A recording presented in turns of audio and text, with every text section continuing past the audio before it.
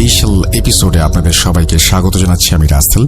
এই পৃথিবী রহস্যময় বলেছিলাম শুক্রবারে, এবং এই পৃথিবী সত্যি ভীষণ রকমের রহস্যময়। আমরা এই পৃথিবীর রহস্যময়তার খুব অল্প অংশ বা অল্প কিছুই হয়তো অনুভব করতে পারি। যাই হোক, আমরা অনেক কিছুই হয়তো হেসে উড়িয়ে দেই, স্বাভাবিকভাবে নেই, প্রথমে গুরুত্ব দেই না। যে জিনিসটা যত বেশি কম গুরুত্ব দেই, দেখি সেই জিনিসটাই সবচেয়ে বেশি ভয়াবহ হয়ে আমাদের কাছে ফিরে এসেছে। এনিওয়েজ, আমরা চলে যাব আমাদের আজকের সানডে স্পেশাল এপিসোডের একটি ঘটনায়, এবং ঘটনাটি আমি যেভাবে লেখা আছে সেভাবেই পড়ে শোনাচ্ছি। আসসালামু আলাইকুম রাসেল ভাই, আশা করি ভালো আছেন। আমার নাম নুসরাত, ছদ্মনাম। আমি ঢাকার ধামরাইয়ের কোনো একটা গ্রামে থাকি। আমি ছোটবেলা থেকেই আমার ভাইয়ার সাথে ঘুমাতাম আর ভূত এফএম শুনতাম। তখন থেকেই ভূত এফএমের প্রতি ভালোবাসা তৈরি হয়। আমি প্রথম ভূত.com-এ ঘটনা লিখছি, তাই ভুল ত্রুটি ক্ষমা সুন্দর দৃষ্টিতে দেখবেন। আমার ঘটনা যদি সিলেক্টেড হয় তবে প্লিজ ইমেল করে জানিয়ে দেবেন কবে সেটা প্রচার করা হবে। কথা না বাড়িয়ে ঘটনায় চলে যাই। ঘটনাটি ঘটেছে আমার নানার সাথে যখন তার নতুন বিয়ে হয়। বলে রাখা ভালো, আমার নানা স্কুল শিক্ষক ছিলেন, আর তিনি যে স্কুলে চাকরি করতেন সেটা ছিল অনেক দূরে, তাই নানা সাইকেল চালিয়ে স্কুলে যেতেন। সময়টা সম্ভবত শীতকাল ছিল। আমার নানা প্রতিদিনের মতো ভোরে বাড়ি থেকে বের হন। সারাদিন স্কুল শেষে বিকেলে রওনা হন বাড়ির দিকে। স্কুল থেকে বাড়ি ফিরতে সন্ধ্যা গড়িয়ে খানিকটা রাত হয়ে যায়। তখন রাস্তাঘাট উন্নত ছিল না, কাঁচা রাস্তা এবং আঁকাবাঁকা। নানা গ্রামের মেঠো পথ পাড়ি দিয়ে বাড়ি পৌঁছালেন। বলে রাখা ভালো, আমার নানু তখন তার বাপের বাড়ি ছিলেন। হঠাৎ খবর আসলো আমার নানার শ্বশুর, মানে আমার নানুর আব্বা খুব অসুস্থ। আমার নানাকে এখনই সেখানে যেতে বলা হয়।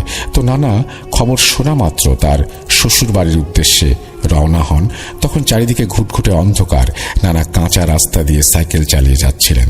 আমার নানার শ্বশুর বাড়ি যেতে প্রায় 4-5 ঘন্টা সময় লাগে। তাই বলছি, গ্রামে কাঁচা রাস্তা, বুঝতেই পারছেন।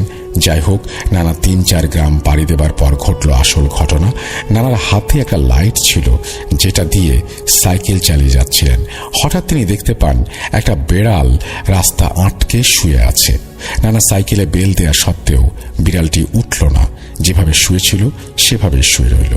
নানা সাইকেল থেকে নেমে বিড়ালটার পাশ দিয়ে যাচ্ছেন। ঠিক সেই সময় বিড়ালটা একটা ডাক দেয় এবং নানার দিকে তাকায়। আর নানা দেখেন যে বিড়ালের চোখগুলো জল করছে, এবং চোখগুলো নর্মাল বিড়ালের অপেক্ষা অনেক বড়।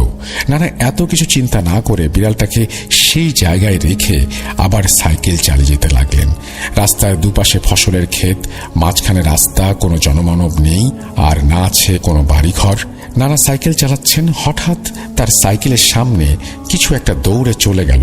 পেছন দিকে নানা তাকালেন এবং সাইকেল থেকে নেমে পেছনে তাকিয়ে যা দেখলেন সেটা দেখার জন্য তিনি একেবারেই প্রস্তুত ছিলেন না। তিনি দেখলেন সেই বেড়ালটা তার দিকে তাকিয়ে আছে, এবং বেড়ালটার সাইজ আস্তে আস্তে বড় হচ্ছে এবং একটা বড় বাঘের মতো আকৃতি সে ধারণ করে। বেড়ালটা যখন আস্তে আস্তে বড় হচ্ছিল তখন তার চোখগুলো কেমন যেন পরিবর্তিত হয়ে উঠছিল। এটা দেখার পর প্রচন্ড ভয় পান নানা এবং সজোরে সাইকেল চালিয়ে যেতে চেষ্টা করেন। তার শরীর ঘেমে যাচ্ছিল। তিনি সবটুকু শক্তি দিয়ে সাইকেল চালিয়ে যেতে লাগলেন, কিন্তু বেড়াল নামক বা বেড়াল রূপী সেই ভয়ানক প্রাণীর সঙ্গে তিনি কোনোভাবেই পেরে উঠছিলেন না। তার পেছন পেছন ভয়ানক লোমহর্ষক জন্তুটি দৌড়ে আসছিল। তিনি 7-5 না ভেবে এবার সাইকেল ফেলে দৌড়াতে শুরু করলেন। চারিদিক নিস্তব্ধ আর অন্ধকার। রাত প্রায় 12টার কাছাকাছি। সাধারণত গ্রামের মানুষের কাছে 8টাই অনেক রাত, তাই লোকজন নেই বললেই চলে। আর সেই জায়গা ছিল জনমানবহীন ফসলের ক্ষেতের মাঝখানের রাস্তা। যাই হোক, ঘটনায় ফিরে যাই। দৌড়াতে দৌড়াতে নানা একটা লোকের সাথে ধাক্কা খান। লোকটা দেখতে বয়স্ক ছিলেন এবং তার পরনে সুন্দর একটা লুঙ্গি গেঞ্জি, যেমনটা গ্রামের কৃষকেরা পরে। লোকটা নানার নাম ধরে বলল, কি মাস্টার, কি হয়েছে, দৌড়াচ্ছেন কেন? নানা তাকে পেছনে থাকা বিড়ালটাকে ইঙ্গিত করতেই দেখলেন বিড়ালটা উধাও। এরপর নানা তাকে সবকিছু খুলে বলার পর তিনি নানাকে জানায় এত রাতে এই রাস্তায় একা আসা ঠিক হয়নি। নানা তাকে বলল তার সাইকেলটা তিনি ভয়ে রাস্তায় ফেলে দৌড়াতে দৌড়াতে এখানে চলে এসেছেন। নানা সাইকেলটা খুঁজতে লোকটা সাহায্য চাইল এবং লোকটা সম্মতি দিলে তারা খুঁজতে শুরু করে এবং খানিক দূরেই সাইকেলটা পেলেন এবং লোকটিকে ধন্যবাদ জানানোর জন্য পেছনে তাকালেন, দেখলেন লোকটি নেই। নানা রীতিমতো ঘাবড়ে যান, ভাবছেন কি হচ্ছে তার সাথে। আশেপাশে কোনো বাড়িঘর নেই, লোকটা এক নিমিষে কোথায় উধাও হয়ে গেল। তিনি আবার ভয়ে ভয়ে সাইকেল চালিয়ে যেতে লাগলেন। তার শ্বশুর বাড়ি পৌঁছেও গেলেন একটা সময়ে, যেখানে তার রাত 12টার মধ্যে শ্বশুর বাড়ি পৌঁছে যাওয়ার কথা, সেখানে বাজল রাত 3টা। এত সময় লাগার কথা নয়। 3 ঘন্টা কোথায় ছিলেন তিনি? পরে তিনি সবাইকে সবকিছু খুলে বললেন।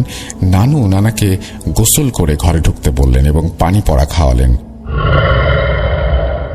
তো রাসেল ভাই, এই ছিল ঘটনা। আমার কাছে আরো অনেক ঘটনা আছে, যদি এটা সিলেক্টেড হয় তাহলে আমাকে জানাবেন, পাঠাবো ইনশাল্লাহ।